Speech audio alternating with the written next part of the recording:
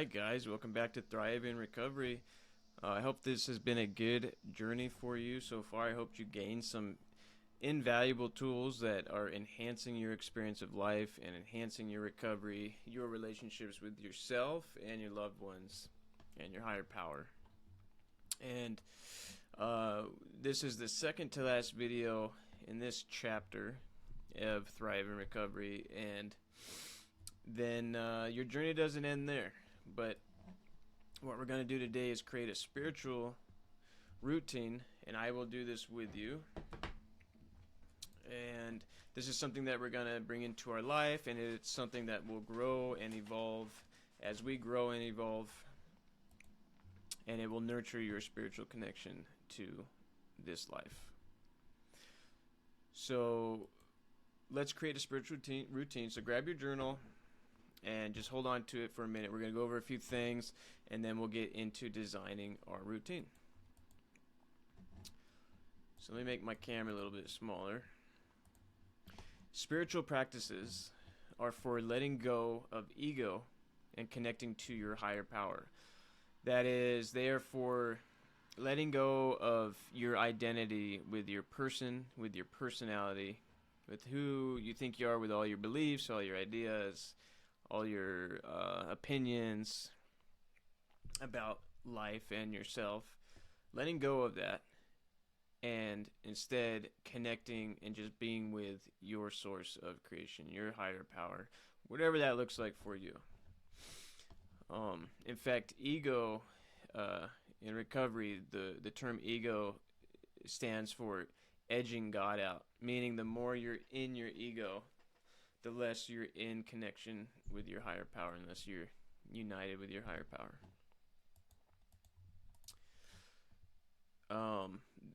Daily spiritual routines are for self-reflection and going on an inward journey.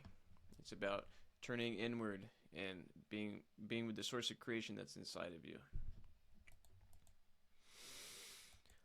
So first, here are some examples of daily spiritual practices, and these are just some examples. I want you to, in your journey, like I recommend you find something that works for you, but practice it every day. So one place you could start is morning meditation. This could be any time limit that you have available to you, and if you don't have any time, maybe afternoon meditations, maybe lunch break meditations, maybe evening before bedtime meditations. Fit it in at 5, 10, 15, 20 minutes, whatever you're comfortable with. This will help you start to repose within yourself and quiet the mind and quiet the ego in return. Morning prayer. Okay. And again, it doesn't have to be morning. It could be throughout the day. And it's not necessarily always about a prayer asking for stuff, but maybe a prayer of gratitude, maybe a prayer thanking the source for this existence, for this life, for this body, for this chance to be who you are. You can do that throughout the day. Gratitude journaling, putting yourself in gratitude, being thankful for the creation that comes from your higher power. Mindful breathing exercises, breathing yourself to presence. Again, is an exercise to get out of ego, step out of ego, become present with your full being, and become present with your connection to something greater than yourself. Same for connecting with nature, walking around nature, taking, maybe on weekends, you take a quiet hike with your phone off, maybe, or like your alerts off, and no headphones, but you just listen to the sounds of nature, you listen to the sounds of creation around you, connecting with that, or maybe going swimming, or meditating under a waterfall, or something like that. Reading spiritual or inspirational texts. So this could be religious text, but it could also just be wisdom, text of wisdom. It could be even on your TikTok feed if you're following like daily inspirational quotes or quotes that pull you out of your person and make you see something higher, make you feel connected to something greater. Acts of kindness. Again, this is also getting out of the way of ego. This is being kind just to be kind, because you want to be loving. You want to treat every other life outside of you as if it's all coming from the same source. Daily affirmations. Doing positive daily affirmations to yourself could be considered a spiritual routine. Evening reflection, right? Doing a inventory list and of your day and reflecting on how you behaved, how you expressed yourself, how you showed up or how you didn't show up, how you could show up better for people in your life. Honoring your body, treating your body with respect, treating your body with honor, the best you can. Thanking the sun, moon, earth. And this might sound kind of hokey pokey type of stuff, but let me just remind you that without the sun, you wouldn't be able to exist here. Without the relationship of the moon to the planet, you wouldn't be able to exist here. And obviously without the earth, you wouldn't be able to exist. And when I say you wouldn't be able to, I'm saying your physical body that is literally a product of these things wouldn't be able to function or grow.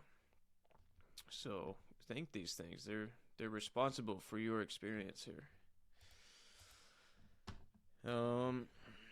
Thanking and respecting the food you eat. Pretty much the same thing as Earth, Sun, and Moon is that the food is your body. Your body is the food that you eat. It's made up of the materials that you break down into your body and create your body with it. So respecting the food you eat, thanking it for its sacrifice, thanking it for giving you life. It really takes you out of your ego and it humbles you and it reminds you that you're part of something bigger. Ways to bring spirituality into your everyday life. So we're going to start with the journal now and understanding your core values. So whatever they are, compassion, honesty, connection. Write down 2 values you will practice throughout your day. So values.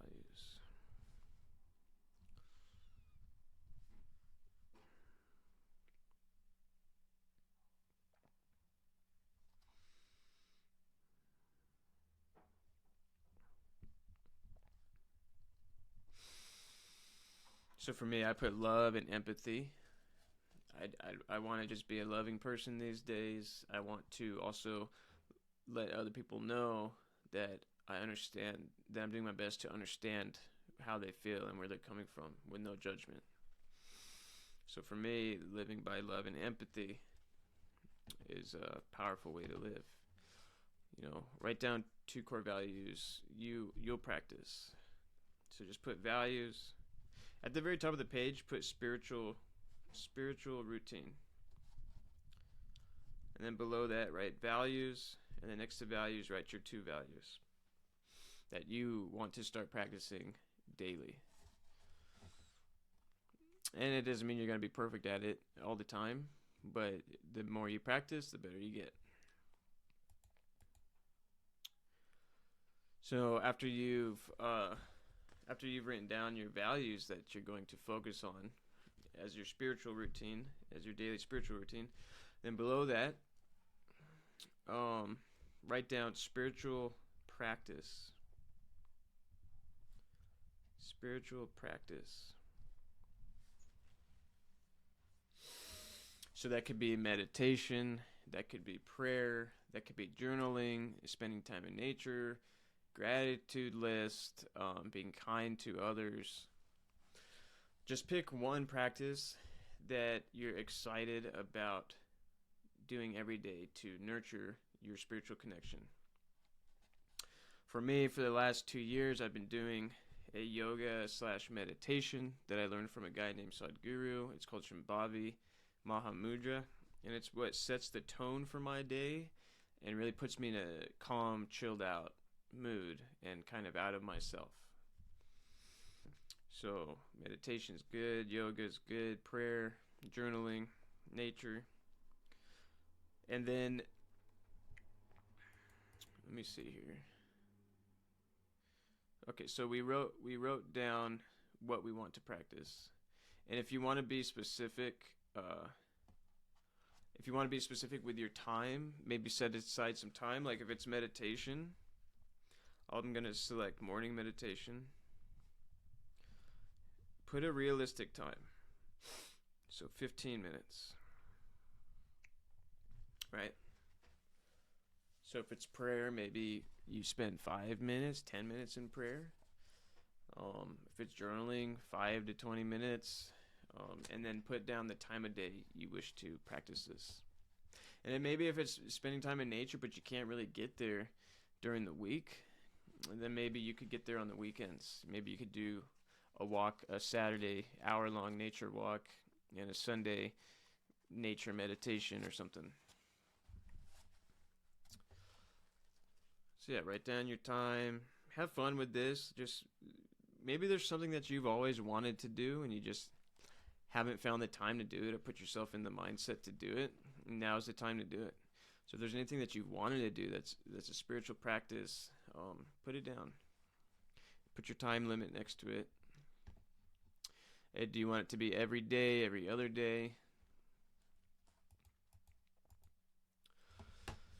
And while you're thinking of this, setting realistic goals. So define what a consistent spiritual practice looks like for you, daily or weekly. Write down what your daily practice goal is. So like I said, if you could only get to nature walks on the weekend, that would be a weekly 1 hour nature walk in silence. Right? If you can only meditate in the evenings, it'd be a daily 10-minute meditation at nights. Or meditate every other day in the morning for 10 minutes. Or prayer every day. You could get real crazy with it. You could say, I want to pray for 5 minutes every day, 3 to 4 times a day, every day of the week. And that may be a fun experiment to see what it does to your mood and what it does to your spiritual connection to things. I know people that rely very heavily on prayer, and it totally changes their mood and their attitude, and I think it could be a very beautiful tool. So maybe there's chants that you can do.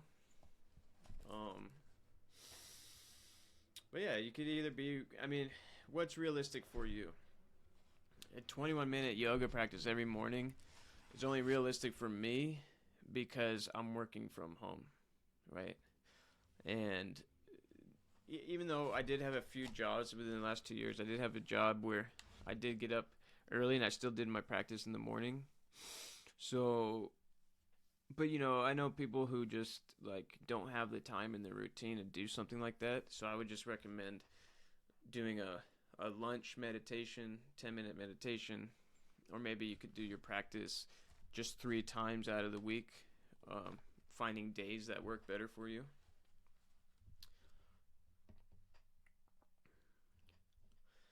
And building a support system.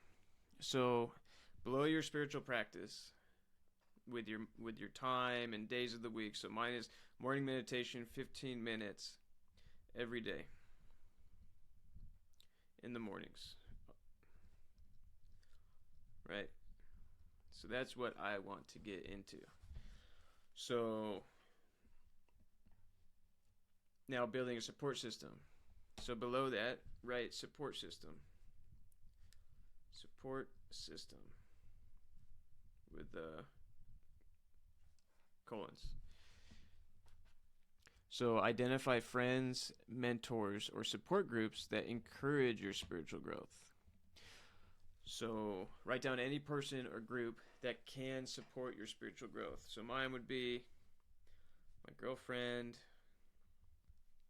We could do this together. Maybe you have a friend you could do this with. Maybe you have a significant other you could do this with.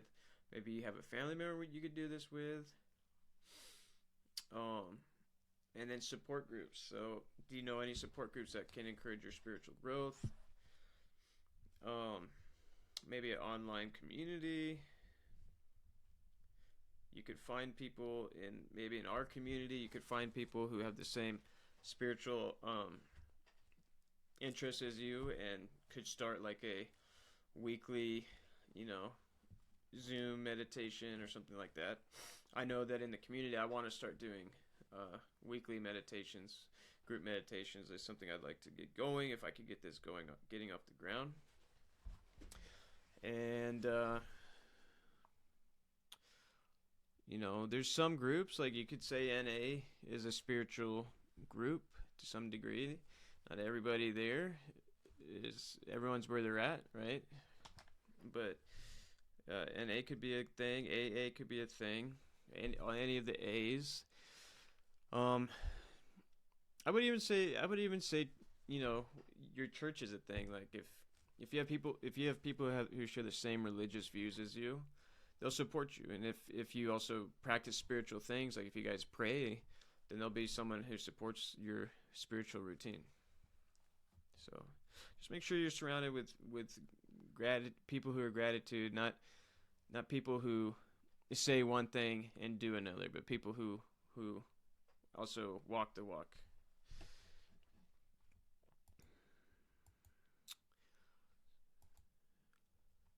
So yeah, something to note about your spiritual routine. So adapting over time. Acknowledge that your spiritual journey may evolve. Be open to trying new practices and also refining your routine as you learn more about yourself. So like I said in the beginning, this is an evolving process, and as you grow and evolve, so will your spiritual routine. Just be open-minded to it and try stuff to find out if it works before saying this doesn't work for me. Give it a shot. Give it like a couple months to do its job. And if it still doesn't work, chuck it. Move on to the next thing. But that's a good way to figure out what works for you. Just being like, no, I'm not interested. That's a real shut-off way to possibly prevent yourself from experiencing a very powerful tool.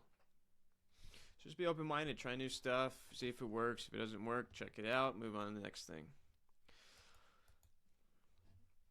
Now, under your plan, I want you to write down what aspects of this plan excite you and what challenges do you foresee. Right, so I'm just going to write in one sentence. I'm excited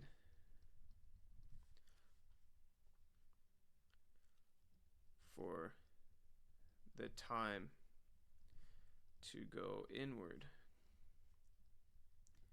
and explore myself. Right? The challenges that I foresee is my mind may get in my way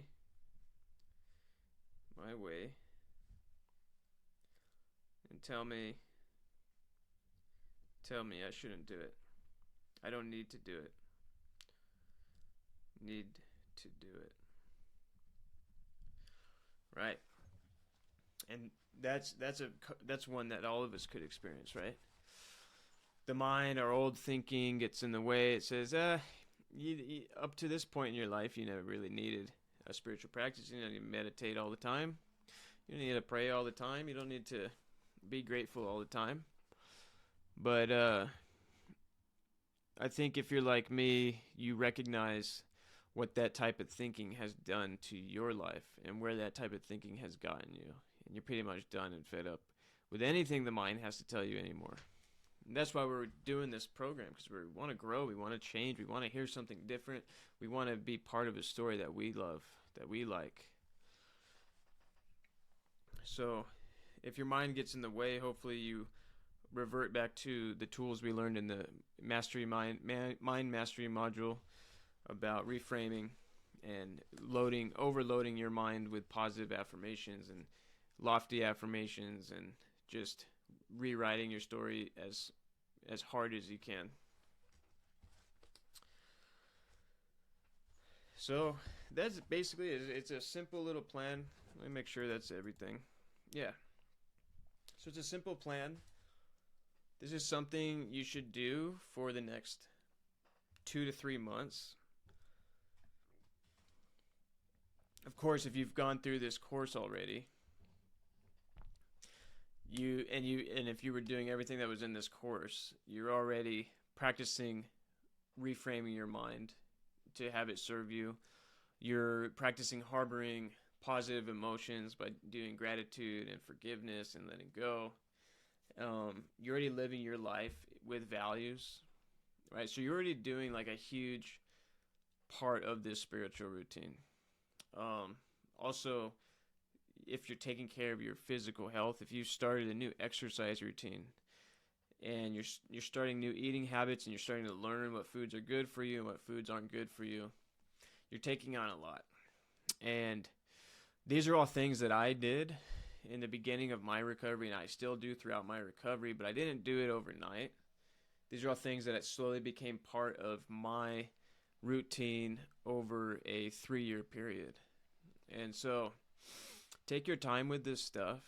I do think that spiritual routine is priority, but to be honest, I think they're all equal priority. As far as taking care of your body with exercise and proper nutrition to feel good, it's a priority. You can't feel good if you're not doing that.